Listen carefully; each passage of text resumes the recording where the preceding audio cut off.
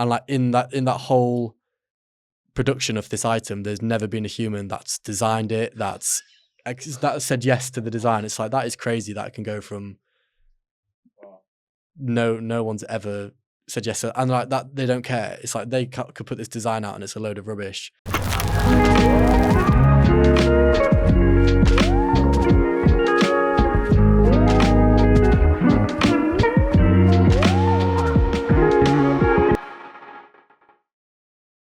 So I run a business called Lock Vintage, which essentially is a vintage pop-up shop. So for the most part, that involves every weekend I'm going to 1 or 2 cities and setting up shop as part of like a thrift market. So it's more events put on, and then with like curated vintage sellers. I do a little bit of online, a little bit of like live stream selling. So for the most part, a vintage pop-up business, but there's more like Whatnot and stuff like that. Yeah, Whatnot. I've done Whatnot, Whatnot until. Yeah. Nice. For me, I have a brand called Bellumaire. It's like a classic clothing. Is this what you're wearing? Yeah. Nice. You had to show the logo. Yeah. Because usually it's like morally for global professionals, like founders, people who work in finance. Yeah. It's more a higher level. Yeah. Yeah. It's because I feel like especially if you're starting a brand, like there's 6,000 maybe t-shirt brands. Mm-hmm. And I feel like how you stand out, as long as you have a certain quality, it's like who you're marketing to. And I was like really interested in suits at that time, and I was like, okay, let's just get into that space. Mm-hmm. I don't sell suits yet, but it's just like polos, t-shirts. Yeah, it's quite smart. Yeah, smart wear. Yeah. Nice. But yeah, it's mainly online. I haven't done any like pop-up or anything, but I'm planning to do. Yeah, that's something you want to look more into. Because I feel like it brings the community, or just shows it's real. Yeah, makes it more like tangible if you've kind of done it in a physical. Yeah. Yeah. Where do you think you'd want to? We could just start with Sheffield because it's my first one. So yeah, might as well start. Get the hang of it. Yeah. Then maybe go to London, see how it goes. That sounds good. But because the main thing is most of my customers are either from the US or Saudi. Mm-hmm. So mostly the people, it's going to be a new experience and new sort of, but I'm going to show it online. So it just shows it's real. Yeah. But yeah, mainly that's it. Nice. So what is your idea of premium clothing? Okay. For me, I'd say premium comes with quality. So stuff that was being made now, I'd say I do try and specialize in like vintage, like premium vintage pieces, and anything for me. And a lot of stuff being produced nowadays with like fast fashion, the quality of it isn't the best. Whereas back in like the 80s, 90s, stuff was being made much more like durable. Like obviously for your own brand, you'd probably be focusing a lot on like the materials you use and quality and all that. But a lot of the brands that are coming out with new things aren't really prioritizing quality. They're just like, for the margins and everything, it's easier to make it with like less quality, and a lot of the time you pay for the label. Whereas I think with a lot of the vintage stuff, you pay for the quality. Like some of the sweatshirts I sell have been around for 20, 30 years, and they're still like not color washed, thick. And whereas some sweatshirts that you can buy nowadays, you wash once or twice and it's gone. Like, it's shrunk in size, the colors go in. It's just, not made to last now. Yeah, you start just wearing it at home. Yeah. Mainly for the premium clothing is like something that's good quality. Because like when I started, I used to get it from China. It's like bad. Yeah. China makes good quality, but I used to get cheaper ones because I didn't know how anything works. I still don't know. I'm still learning. I used to get them for so cheap, but people didn't like it. But I was just like kind of building there. And then like earlier this year, I found a better supplier here in the UK. And we just started using them, even though it's more expensive. Yeah. But now it's better quality. It's something that I would wear. Like back then, I wouldn't even wear it. like I tried wearing it, but it wasn't like I was like, yeah, I wouldn't wear this on a night out, for example. But now it's like, oh, this is good quality. I would wear it, and even the customers come back. Back then, it was like, I'll even get people complaining. Mm-hmm. I hated that. Yeah. I was like, I need something that's good, because it's like a long-term thing. Mm-hmm. So yeah, it's interesting that you say that, like, well, it's not just interesting, but you're definitely right on the way that clothes are made now. Mm-hmm. They are just about the margins, and like something that was expensive in the 80s versus something expensive now, the quality will be just this, completely different, won't it? So what makes something feel, what makes in your mind what is worth expensive? What is worth expensive? What's worth paying more for? Yeah. So what would you expect from something expensive?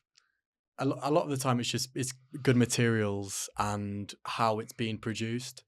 Sometimes you get like cheaper stitching with the newer things, which obviously goes into the durability of it. Like a great example of a brand that is kind of built to last is Carhartt.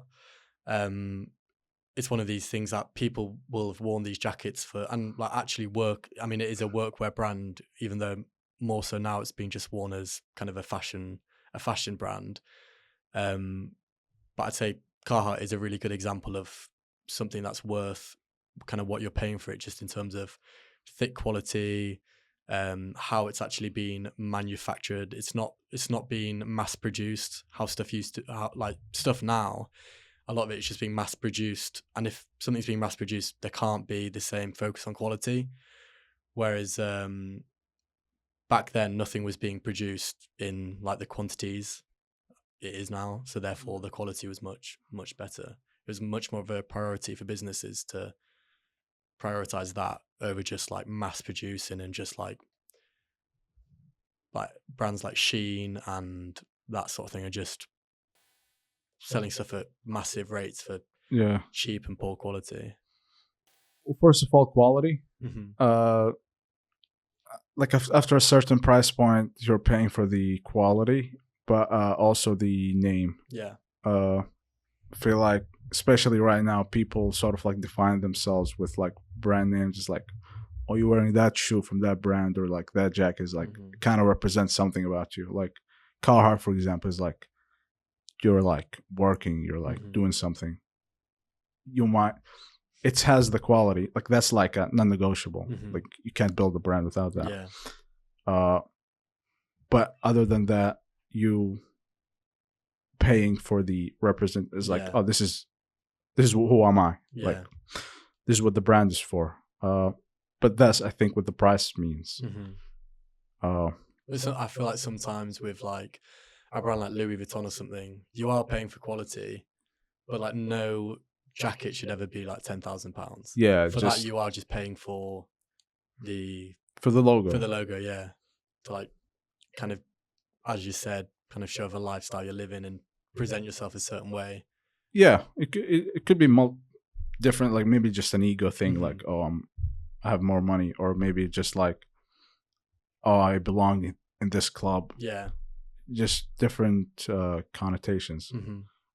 So when did brands just become a logo then? Ooh, it's hard to speak on before my time, because I wasn't around to know how much people were caring. But I know when I was a kid, it was not something that like when I was like 13 to 15, I wasn't thinking about, oh, I've got to wear this brand. I was wearing like brightly coloured chinos, high tops, and had a slick back hair. Like it just wasn't even a thing. Whereas I even see it now at the events I'm trading at, like I think it's becoming much more of people are caring much more about kind of the brands they're wearing. I'm seeing like 13 to 15-year-old kids, and they've got like Supreme on, Burberry, Palace, and all these kind of expensive brands. So past my time, I couldn't say, but in my lifetime, that's how I've seen it. Just looking at these kids, what they're wearing now compared to what I was wearing when I was their age, it shows that people are definitely caring more about the brands they're wearing and how that presents. What would you say, like back then, something sort of inspired the look you had? It just seemed to be what was like, what was trending. So I guess maybe it's just kind of trends changing, but it does seem to have changed in the way of like brands and names mattering more rather than just like what you're wearing. But I think people seem to be much more fashionable today than when I was a kid.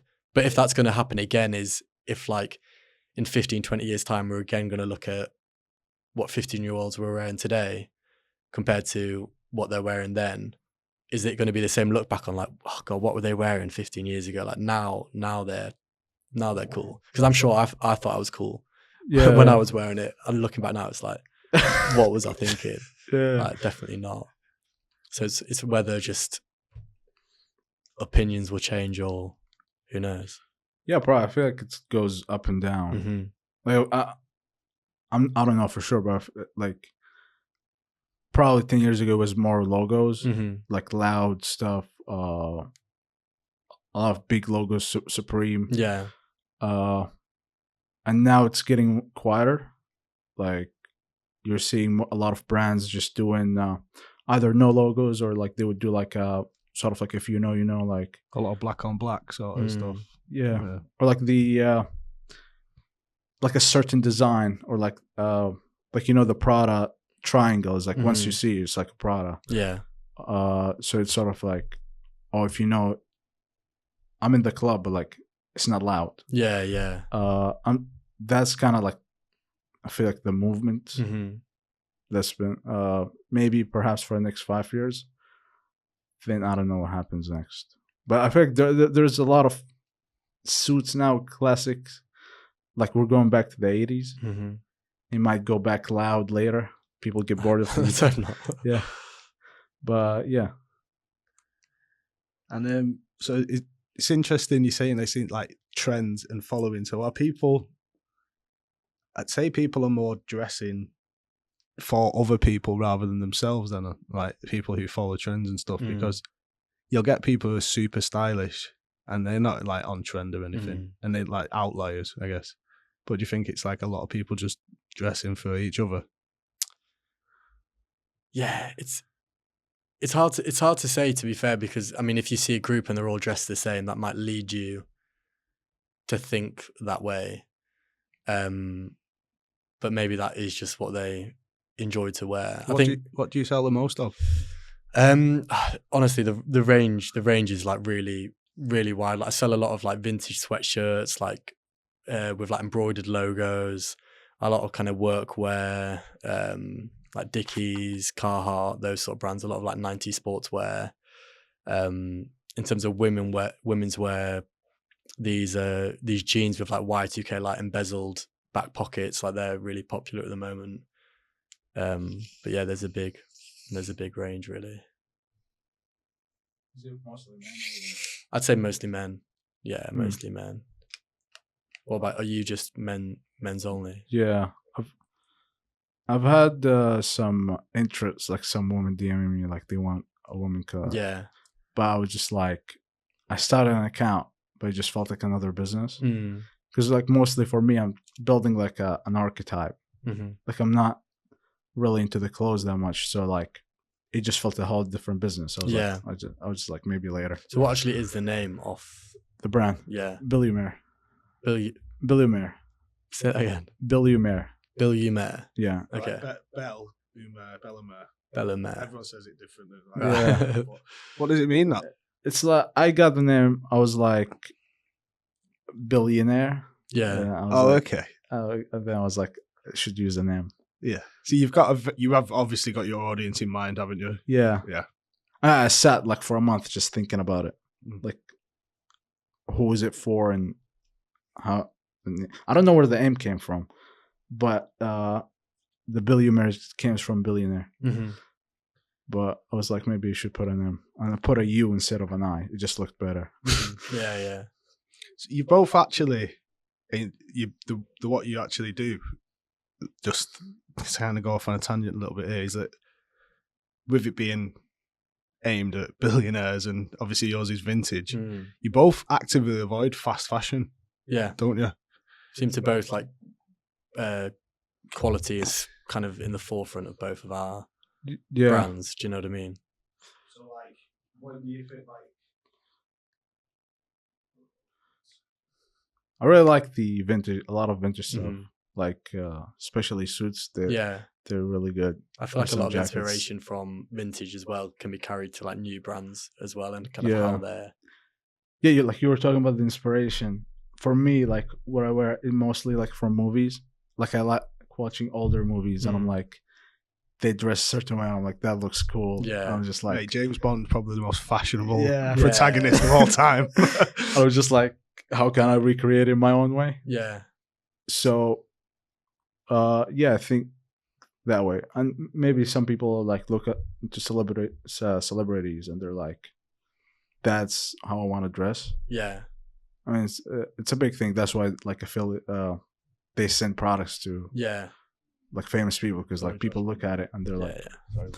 people look at them and they're like, oh, I want to look the same. He's wearing this. I want to be like him.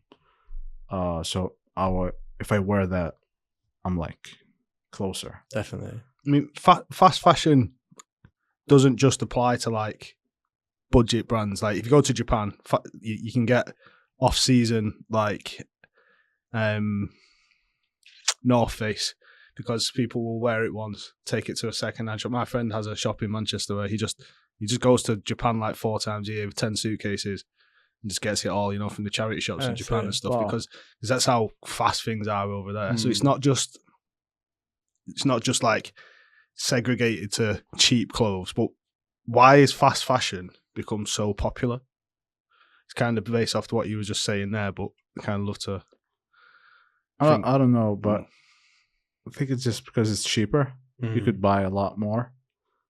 Because I think also people might be buying like for like stuff to wear at home or something like that. They're like, they don't go out every day. Yeah. It might be like once a month they would wear something nice. So they're like, okay, the other 29 days I don't want to spend a lot, and so I'll just wear something at home. I don't really care. They're like, oh, I don't really care about it. So just like cheap. That's the mindset. Yeah.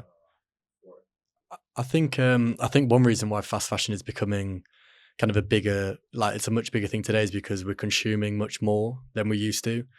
Like people are always kind of wanting more, and we're just buying much more than we used to. So therefore there needs to constantly be like new designs and new trends and all this. So therefore fashion needs to be kind of turning over. There's people, and their job is literally to kind of figure out, okay, what's the next thing we're going to push as a trend, and what's this kind of, the rate of which fashion is turning over styles and trends is much quicker today. So therefore like the production of it needs to be able to match the demand. Yeah. Is it always bad though, do you think? Fast fashion. Like, is it always bad? Because everything's so expensive now. You can't really blame people for buying cheap clothes. But Yeah. I think if the piece you're wearing was ethically produced and you're gonna wear it and there's some longevity to it, that's okay. But the thing is, that isn't fast fashion. that's sustainable. Yeah, all the connotations of fast fashion are mass produced, poor quality, items ending up in landfill, the working conditions of where the items were produced, the wages of the staff, all this, that is all what fast fashion is. So I would say, yeah, there's no good. Yeah. It's just like to get these like low prices. Yeah. That's the sort of like the result. That's what comes with it. Yeah.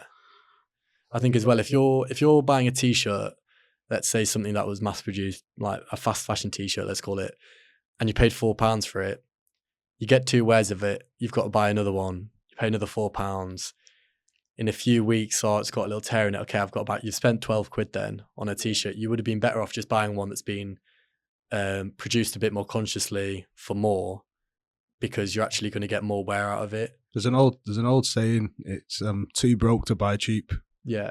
It means you can't keep buying Yeah. you know what I mean? That's a good one, so actually. like, yeah, that makes sense.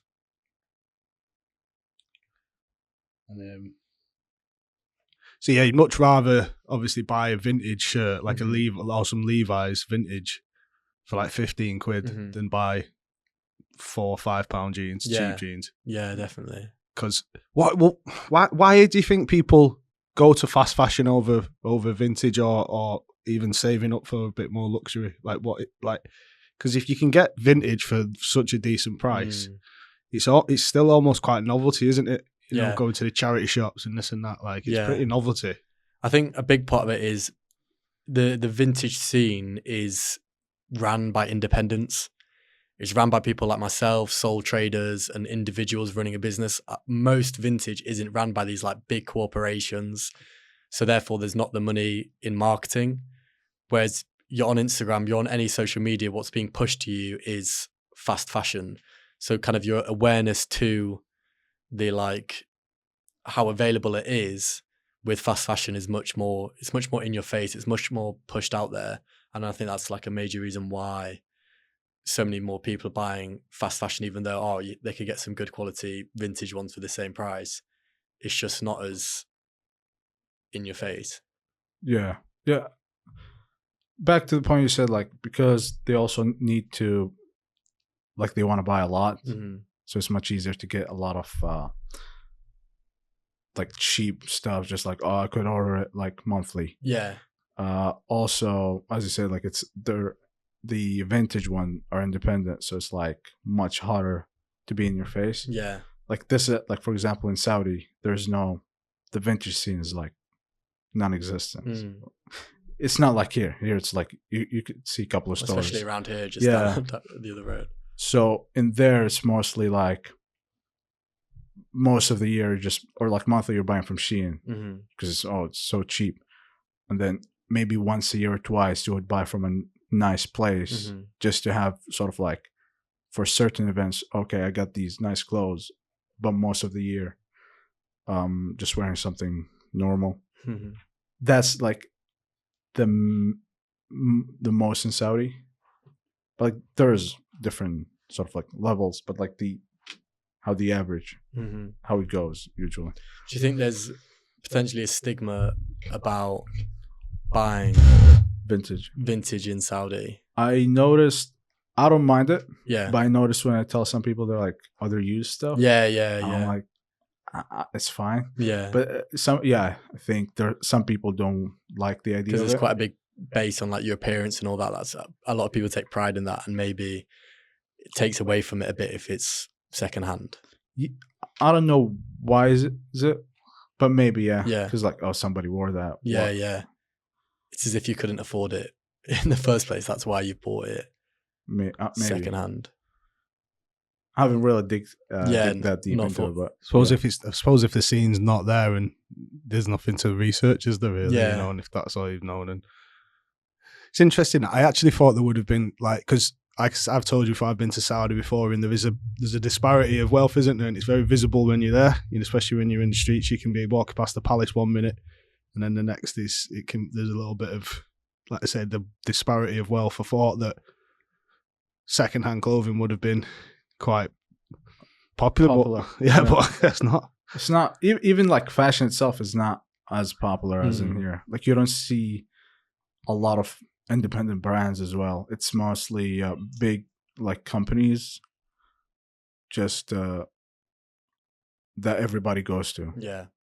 It's like, okay, I'm shopping for something nice, I'm going to Zara. Or so is that a market you want to try to tap into, the Saudi market?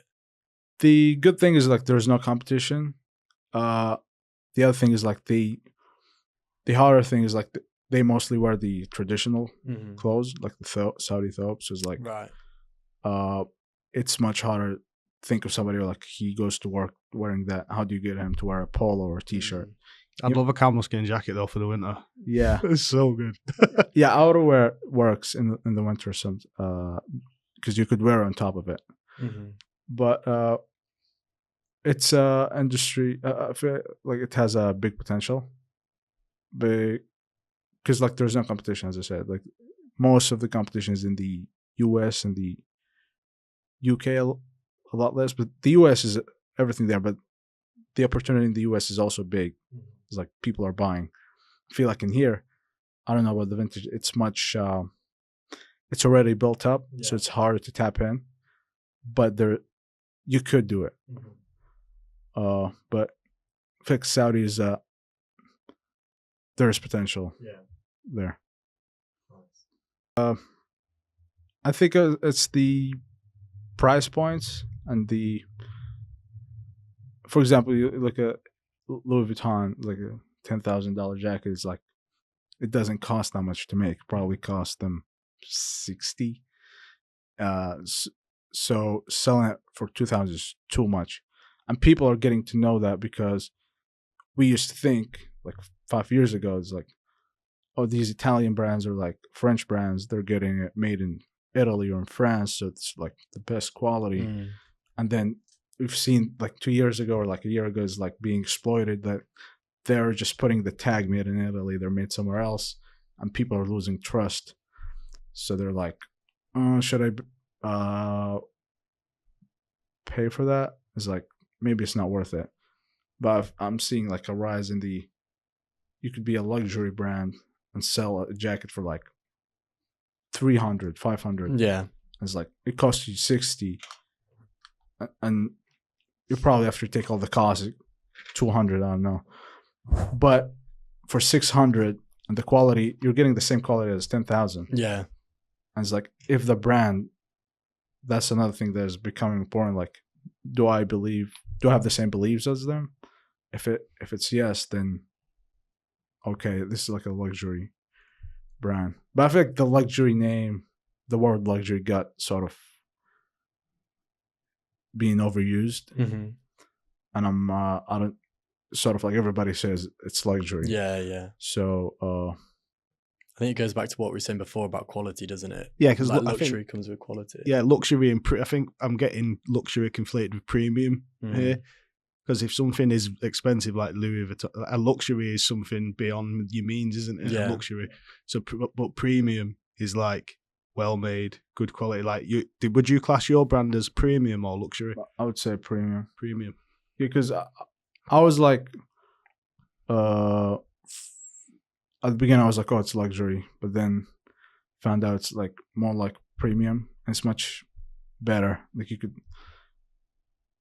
could be in both. Like, I look at something like Ralph Lauren, they have both. Like, most of their stuff are like premium, like a 90-pound polo, or it's like mostly like it's expensive for most people, but it's still affordable. Yeah. But then they would have a suit, or like they have a brand or sub-brand called Purple Label, and they like sell a suit for 4,000. It's like, because of their brand identity, that person who could afford a $4,000 suit is in their radar, so they're more likely to buy from them. But they also have the I wouldn't say affordable, like the premium option. So they're supplying both, which is great. Yeah. It's a great position to be in. So what are you selling with Bellumaire? What is it you want people to feel?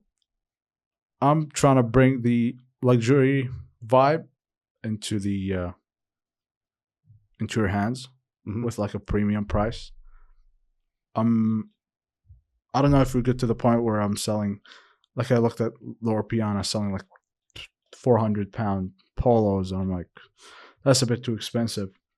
So I was like, probably priced around the polo, like Ralph Lauren. Like, I think I sell the polos for like 60 without the logo, with the logo for 70. So at that medium kind of price point, but I'm trying to bring the vibe you're getting is higher. That's why I'm like really trying to do like movies. And is that what you were doing in London when you went? It was Yeah. a movie for the brand. Yeah, I'm just trying to make you feel the luxury vibe from it. Yeah. And then it's like, it's not cheap, but it's like affordable. Yeah. That's cool. It's not cheap, but it's affordable. Is great. Like, really hits home what you're trying to get across, I think. And also it has like good quality. So like, you're getting the quality as well. And also I noticed, because of the prices in Saudi, my prices are kind of expensive, but in here it's kind of normal. Yeah. Not normal, but like premium. Yeah. So it's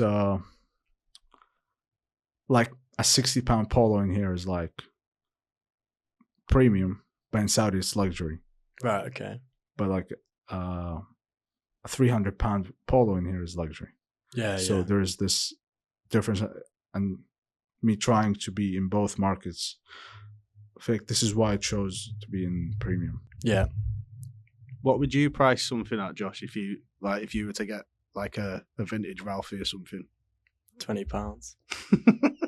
Yeah. What is a vintage what? Like a Ralph Lauren or something. Vintage Ralph Lauren polo. Yeah. £15 to £20.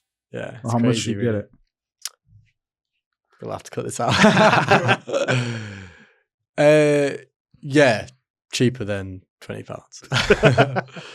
Like the margins are good. Are the margins good because it's like gambling? You don't know what you're going to get. No. Like, I mean, there are ways of buying vintage that you don't know what you're going to get. You could buy in bales, or you could buy a kilo. Like, you could buy per the kilo, but for me, like, everything I buy is handpicked. So like, I know before it arrives what I'm getting. But I think because the business now is at a stage where like I'm doing so many events and my turnover off stock is quite good, it allows me to buy stock in like really big quantities, which then kind of opens up you to buy it cheaper. Whereas obviously if you were to buy one secondhand Ralph Lauren polo, you're not going to pay the price I'm paying for it. But yeah, and I think it's much for the vintage, it's about just kind of turning your stock over. And I mean, like any vintage fashion, it's competitive. So like you need to price it, for me, I think less than any of your competitors are selling it for. Yeah. Because that's the reason they would buy. Like, I think the price is a big thing. Like you want them to see something they like and think, oh, it's only this much. And like to know that they're getting a good deal. So then a lot of people aren't going into these markets like, okay, I want to buy a black Ralph Lauren polo with a blue logo. They're not going in there thinking that. So you need them to, if they see it and like it, then want to buy it. Mm-hmm. Whereas it's easy if you're going into flannels, let's say, and you want a Burberry polo, you know what you're going in for and what you like expect to pay. Whereas you need to have it kind of priced at a point that it's just kind of allows people to have these kind of spontaneous purchases rather than thinking, oh, I'm going to have to dig deep to buy this. It's just quick sales. Yeah. So where are brands like? It's just like you're getting things like Levi's, Ralph Lauren, and you've been able to resell them. Some of these are probably like 10, 15 years old or something. So a brand's kind of like, you know, like Apple iPhones are like designed to break, so you buy a new one. You're like, yeah, you know, like remember when there was that lawsuit because it came out? Yeah. So are fashion brands doing this? Like, would you much rather have something? Basically, the point is like, if you get a piece of clothing that's like high end, high quality, are you expecting to have that forever, or is it just the brand and you know, like on the logo, and you know you're only gonna get so many wears out of it, but it's like a statement piece. Like, are they kind of built to last or not? Do something with that. Yeah, try and work out. Okay, I think definitely with the vintage stuff, it was more built to last. But for them, like for Ralph Lauren, for instance, like, is that actually good for their business? Because now people are buying Ralph Lauren polos from me for £15 to £20 rather than buying a Ralph Lauren polo from them for 90 in the shop. I mean, you're never going to compete really with a big established brand like Ralph Lauren. But I think as the vintage market continues to grow, maybe it will start to affect some of these bigger companies. Aren't some of them actually selling vintage in the shops? There are a few. Funnily, Primark has actually got a vintage section. Yeah. Yep. And like some people could look at it as, oh, well, at least Primark they're doing their bit. They're doing their bit for the environment and all this. But for me, it's just like, leave it to us. Like there's all these smaller businesses that are kind of, that's how I make my living. Like Primark, they're doing all right themselves without tapping into this market. And it's not on brand for them. Like, and I do get it how it is a beneficial thing overall. It's good for the environment and all this, but then it's like, if you're going to do that, then on the other hand, you've got to then be. It's, having said that, I do think Primark's a lot more ethical than it used to be, and their practices are much better. But I do just feel like, yeah, these big shops should just leave the vintage to us. What do you think? Do you think these, like, they should be kind of built to last, or is there a benefit, shall we say, to making your clothes less hard wearing? I mean, looking at the vintage stuff, if it lasted 20 years, and they probably get more years in them. Mm-hmm. I think it's good to have it last, or like focus on the quality. I've seen there are some brands who just have a logo, and it's like after a couple of wears, it's like they don't focus on the quality, Mm-hmm. and they just focus on the brand, building the brand.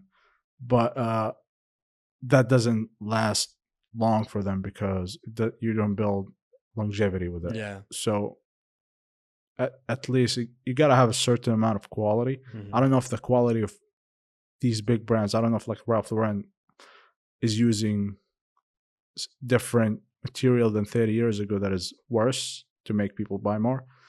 But it's probably got to have there's a certain level of quality that if you want to be a luxury or like premium, you got to have. Yeah. But the main thing that popped in my head when you said reselling the vintage stuff is just like, you look at cars. It's like cars is like a lot of companies that you could buy used cars from their shops. Yeah. And I was like, oh, it seems like a good idea. Maybe some brands should tap into that. I don't know. But cars have lowered their quality. Like if you look at certain cars from 50 years ago, they're still running. They're still. Well, a lot of modern cars, there's always stuff going wrong with it, isn't there? I'm basically a surrogate for the audience with some things like this, right? So, are you not causing kind of making a rod for your own back by being cheap first and then trying to pivot into something like, let's say, in Italy later, or is it? Should you not have just started? Yeah.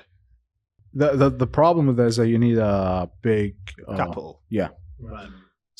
Like with the Chinese stuff is the easiest because I used to get it. Like if I could get a polo to anywhere in the world for £5 with shipping. Now I pay £25 just for shipping. Yeah. Like if it's outside the UK. So it's much more expensive, but the quality is there. Yeah, okay. So I'm sort of like in the middle ground where the needs of the customer are being met. And it's like also from the supplier, there's not like there's some sustainability, and I'm the customer is like trusting me more than before. The next step is like going the luxury route or like the custom, like from a factory, and like these certain places. But the thing with that is like it's more expensive. Of course, it takes more time. Like to make certain pieces, it probably take 3 months just to get a piece out or a certain design, especially in a batch. So that's like a whole world there, like because people like these brands usually design 6 months before they come out. The pieces, yeah, of course, yeah. That's where you get your autumn, winter, and stuff, don't you? Yeah. And you count, it's a whole world that I'm not even aware. I'm aware of it, but I'm not. Yeah, but need to in the future. So if there's obviously it's not just expensive for you, clothes kind of expensive for it. Would that increase the price for, if you went into a higher quality, would the price of your items go up then, or like would you scale accordingly? How does that work? I think I am right now because I had a big problem with the pricing. I didn't know how to price it. I usually just put it up, go lower. But now I'm at the lowest I could go. Like anything lower is like it hurts the brand and it lowers the margin. So my goal is just keep going up each year, because that's how, if I want to grow, as so with the inflation rate, prices have to go up each year. If you keep the same price, you're gonna lose money. Like £60 today is not £60 in 1 year. Yeah. Like Wow. you've either got to up your prices or lower your cost. Yeah. It's like one or the other. Also, for the luxury, I want to sort of have a certain line later that is just expensive pieces. That is like how Ralph Lauren did it. Just have like the premium line, then there's like a more premium luxury line. Yeah. Like more like in the future, I want to have like sort of like even a tailor in each.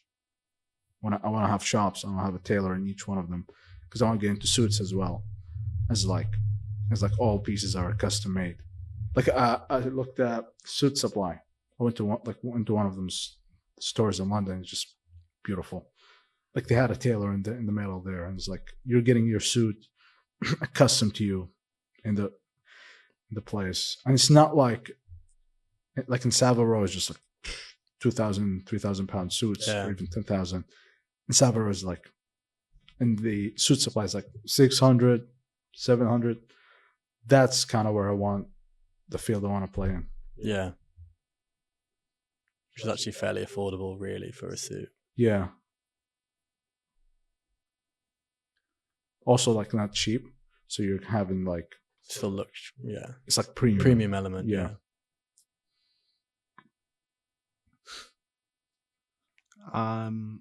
And then I guess, what's one thing either both of you that you'll never stop selling? If you could only have like one thing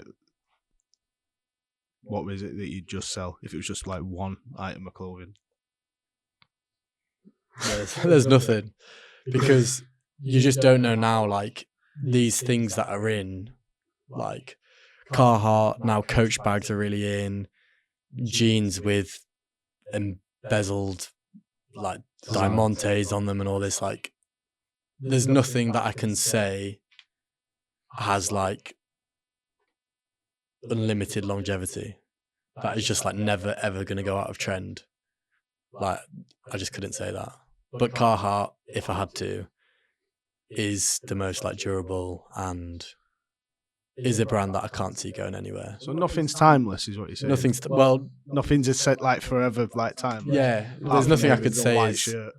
Yeah, because it's like, imagine if you asked me this question and like we're in the 1970s or something, and you asked me this question, what was being worn then? Yeah, but that is as in trend. I don't think in the 70s fashion had completed its cycles by then, because I honestly think now, and I'll go on record to say this, that we're very much at the apex of fashion. Yeah. So that's why everything is so cyclical, and the cycles are getting faster. I find, like things come in and out a lot faster now. Whereas in the 70s, it was like the 90s fashion hadn't existed yet. Yeah. But where do we go from here? Do you know what I mean? I think it might start to slow down. Yeah. Like that would be the only, that's how I could see fashion going moving forward, is there might actually become more like legislations and things like that because of like the environmental impact it actually does have, the way fashion's being produced now. Maybe that's how we see clothing being produced in the future. It's not just getting faster and faster and faster. It might do for a point, and then it might get to a point where people are like, okay.